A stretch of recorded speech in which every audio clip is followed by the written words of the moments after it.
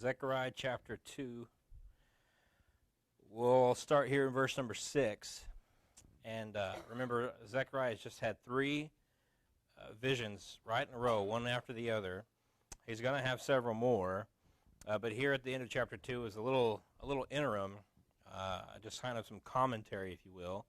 And so, chapter 2, verse number 6, it says, Ho, ho, come forth, and flee from the land of the north, saith the Lord, for I have spread you abroad as the four winds of the heaven, saith the Lord.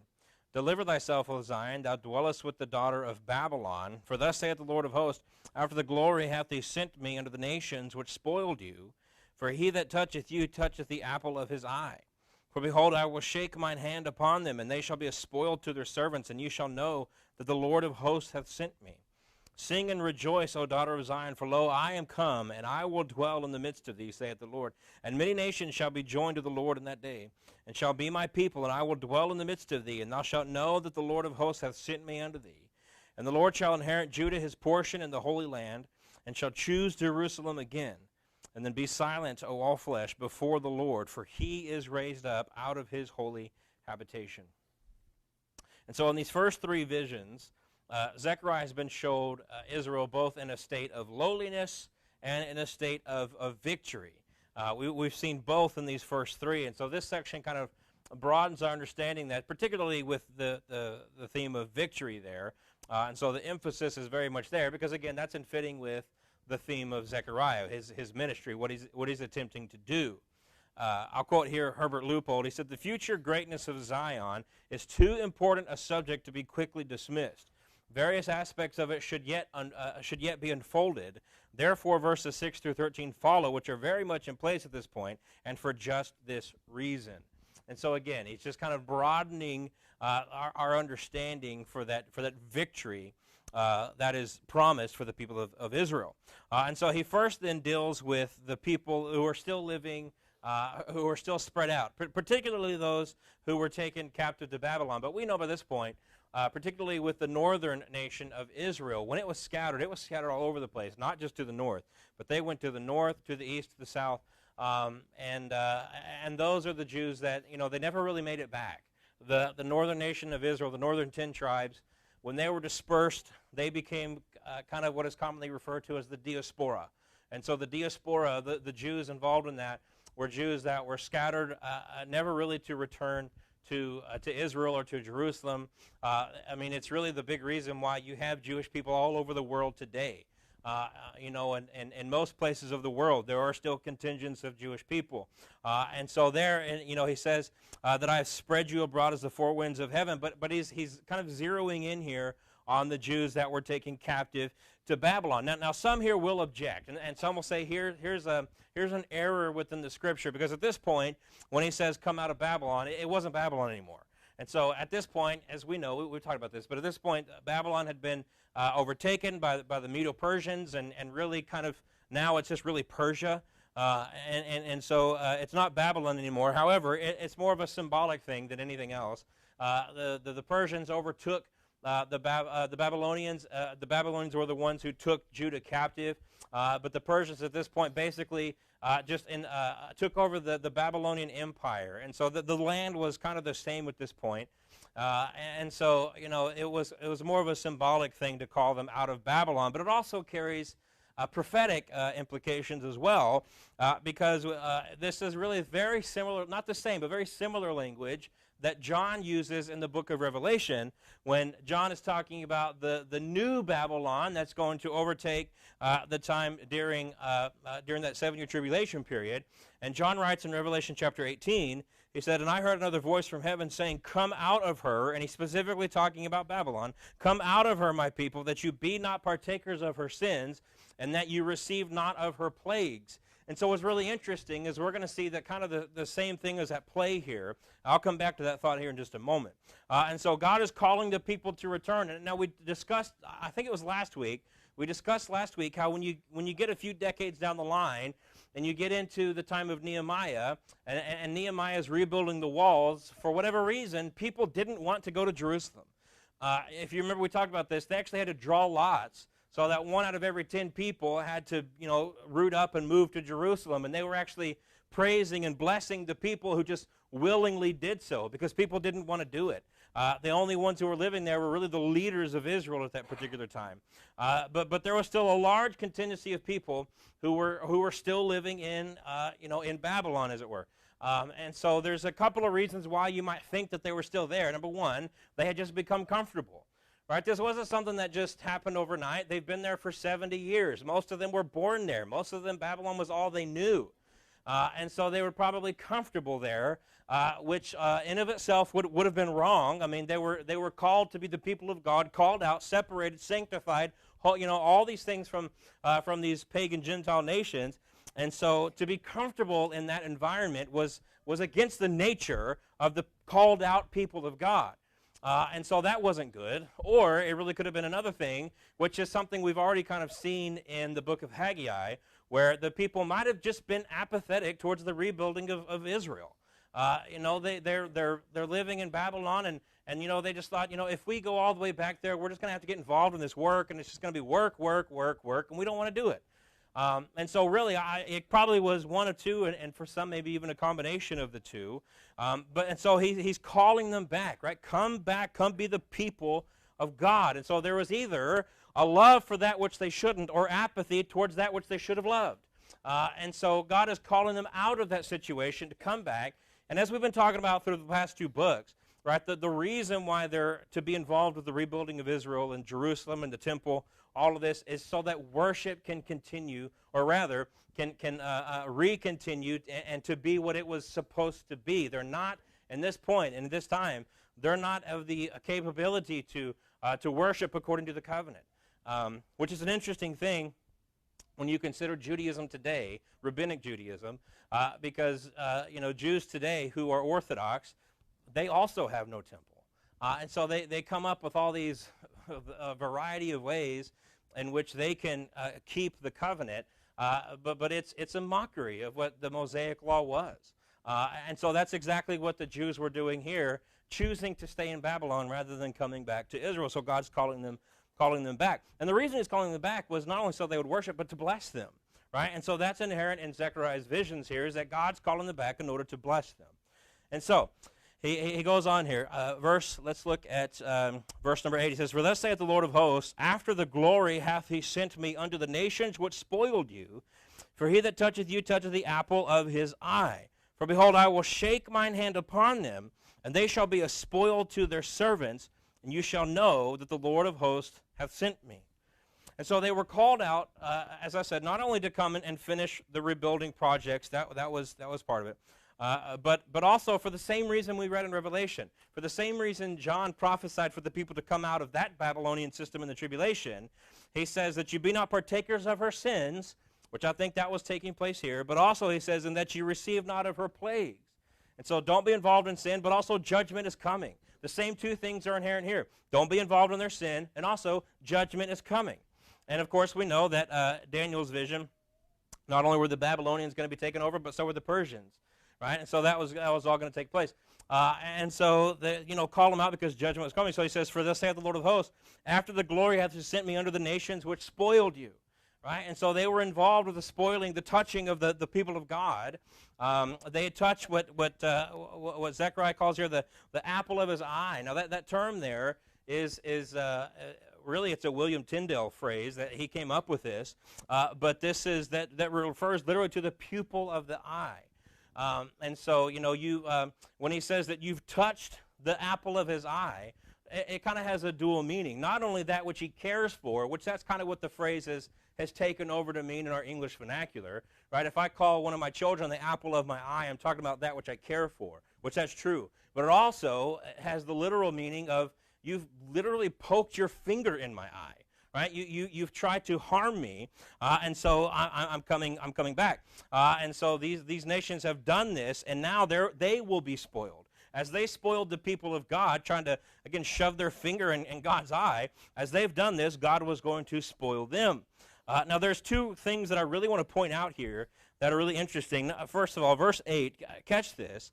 It's kind of technical, but I think you'll see this clearly. Verse 8 says, "For thus saith the Lord of hosts, after the glory hath he sent me.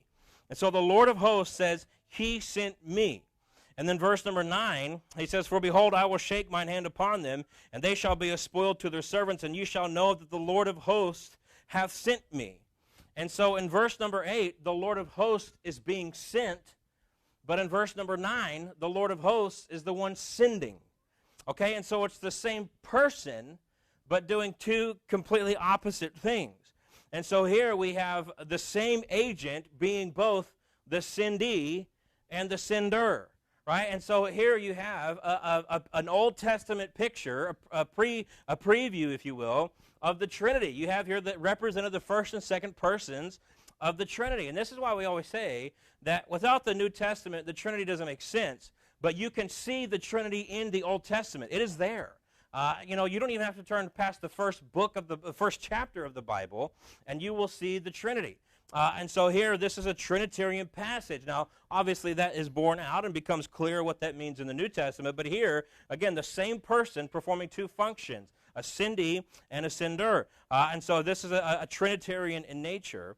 But furthermore, as with all things, this was going to be done for the glory of God. Again, for verse 8, for thus saith the Lord of hosts, after the glory hath he sent me. He's sending me for glory. Right? That's what he says there. And so this judgment will be done to the glory of God. And so you may ask yourself, how does judgment lend itself to God's glory? Well, when God moves in judgment, there is no more doubting his sovereignty. When God moves in judgment, there is no more doubting his power. There is no more doubting who he is. Right? What does the book of Philippians tell us? That one day every knee will bow and every tongue will confess that Jesus Christ is Lord. Listen, that verse does not mean that everybody's going to be saved. That's not what that verse is saying. But what that verse is saying is that everybody will declare that God is who he says he is, either in belief because of salvation or in belief because of judgment. Right? And so one of two things is going to lead to the glory of God, either us praising him because we believed on this side, or because us eventually falling into judgment and having nowhere else to hide. I can't hide behind my atheism. I can't hide behind my science. I can't hide behind my pragmatism. I can't hide behind any of this stuff. It's just me and God, and there's no more denying that he is real and everything the Scripture said he was. And so here, judgment was coming, and because of this judgment, God was going to get glory. Not only would Israel see this and glorify God, but obviously those whom he was judging would see this and know that God was everything he claimed to be. And then the chapter ends here with an interesting note. Verse 10, sing and rejoice, O daughter of Zion, for lo, I come, and I will dwell in the midst of thee, saith the Lord. This, before we move on, verse 10, we've seen this promise already several times already in Zechariah. We're just finishing up chapter 2 here. But this promise of God's presence with his people, we've already seen that a handful of times.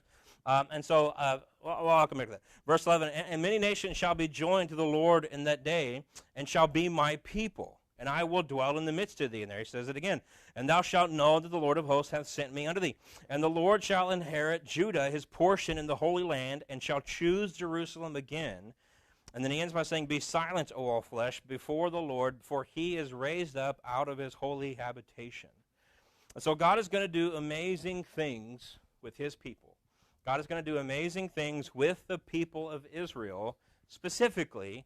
I'll come back to that thought. But the people of Israel specifically, to the point where they are called here in verse 10 to sing and rejoice. And so there's three things specifically that he says he's going to come and do. Number one, he's going to come to them and he's going to dwell with them. I'll just go ahead and say it here. When this prophecy was given, there's no reason why Zechariah had any reason to believe that this was anything other than literal. Right? He's been given these visions. He's given the interpretation of these visions. He's to proclaim these visions, write them down for us today. But there's no reason why Zechariah had anything to believe, and the people who were hearing him in his ministry had no reason to believe that these were anything but literal.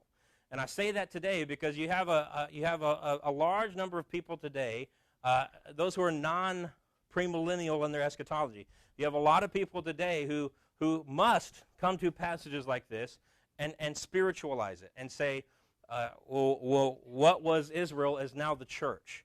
And so the church is now the spiritual Israel. And so promises made to literal Israel in the Old Testament are now given, and kind of the church is superseded Israel. It's commonly referred to as replacement theology. They don't like that term, but that is what it is. And so, again, here, I say that, and I think it's important. Zechariah would have had no inclination that this was not a literal prophecy. And so when God tells him, there's coming a time where I am going to dwell in the midst of you, you know what Zechariah believed? You know what the people believed? There's coming a time where God's literally going to come and dwell in the midst of us. And he says it over and over again. And so, again, there's no reason for us to not believe this literally.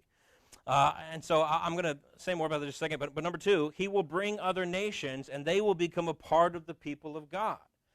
And so there's coming a time where God's going to come. He's going to dwell among his people. And then furthermore, other nations are going to come. They're going to become part of the people of God, which is a fascinating thing because as we've said throughout our Sunday school lessons as we're moving through the Pentateuch, right, what was the purpose of God's calling of Israel? It was never to be God calling of Israel and them being this solitary people of God to the exclusion of Gentile nations. That was never the point. The point was God was going to call out this people. That two things were going to happen. They were going to live holy in accordance to the will of God, and God was going to bless them as a result of their holiness, and the world would see a holy, sanctified people which would draw them, but also the blessings of God which would also draw them to want to know more about the God that nation served. And so the purposes of Israel's calling was not to call them and them alone, but to call them for the purposes of bringing others in. And so here that's finally going to happen. Here people are finally going to come to see Israel and become the people of God. And then thirdly, he was going to possess the Holy Land. Verse 12, and the Lord shall inherit Judah, his portion, in the Holy Land, and shall choose Jerusalem again. And so this places him in Jerusalem, and he will choose Jerusalem again. Now here, I don't see any getting around it. The specificity of this particular prophecy, for me, removes any possibility that this has been taken over by the church. And so what they'll do, again, as I mentioned a while ago, is they'll say, well, Israel, just kind of anytime you see Israel, replace that with the church. And so blessings promised to Israel are now blessings received by the church. And so then they would say then when he promises that other nations were going to come in, well, that's just the spreading of the gospel, and that's Gentiles coming in and knowing Christ and getting saved and removing those walls of separation, all that those are true. Those are New Testament truth. I don't deny those. But then you get to verse 12. And the problem that you have, and the same problem that you have with a completely symbolic interpretation of Revelation, is when you get to verses like this, and there are no clear New Testament correlations. Right? If you want to say that the church is Israel, fine. If you want to say that all these nations, that's just the spreading of the gospel, fine. But what do we mean by the Lord shall inherit Judah and he will choose Jerusalem? What does that mean? If this is symbolic and it doesn't mean that he's going to be in Jerusalem because he's chosen it, then what does it mean? And the problem with things like this is now you become the arbiter of truth. Now you become the only interpreter of what Scripture means. And so if it's symbolic, well, it can mean whatever I want it to mean. And the only one that I saw, the only interpretation of this I saw from a non-premillennial standpoint was that when it says that he will choose Jerusalem, that just means that God will basically come to wherever the people of God are. And so wherever the people of God are, that's now spiritual Jerusalem. And so here we are, Christians in America, spiritual Jerusalem. Christians in China, spiritual Jerusalem. And so, whatever, I guess you can do that if you want to do that, but what's your scriptural basis for doing that? There isn't one. And so you're just pulling stuff out of thin air to meet your pre-described notions of what it means eschatologically. And so again, for prophecies that were given to be literal, why don't we just take them literally? I don't see any other way. To me, that's just the best way to interpret Scripture. And so this clearly, I believe, pushes us to a time in the future when Christ will physically reign on the throne of David in Jerusalem, and the nations, as we read in the book of Isaiah, and the nations will come to Jerusalem. They will come to him because he will be there reigning with a rod of iron, and all of these things take place exactly as Zechariah says they will. Right? There's no reason for us to say that this is something completely different. And then also, before we finish, interestingly enough, verse 12 here is the only time in the Bible where Jerusalem, or even Israel for that matter, is called the Holy Land. And so what that means is if I'm correct, and if this is referencing the millennial reign of Christ, that the Holy Land is actually a reference to Jerusalem, not now, but in the future. And so what that means is, we refer to Israel all the time as the Holy Land, and I don't think that's wrong. I don't think it's unscriptural to do so. But I think we need to have an understanding that the fullest fulfillment of that particular phrase comes in the millennial reign of Christ, and it makes sense. I want to quote J. Vernon McGee here. He says, "It is not the Holy Land today. When I make this statement publicly, it is generally challenged by somebody who says, but it is the Holy Land. That is the place where Jesus walked." And he says this, "Well, his footprints are all gone. He's not walking there now. However, someday he will return, and when he does, it will be the Holy Land again." In other words, it's difficult for us to call a land holy when that was the land who rejected and murdered the Son of God.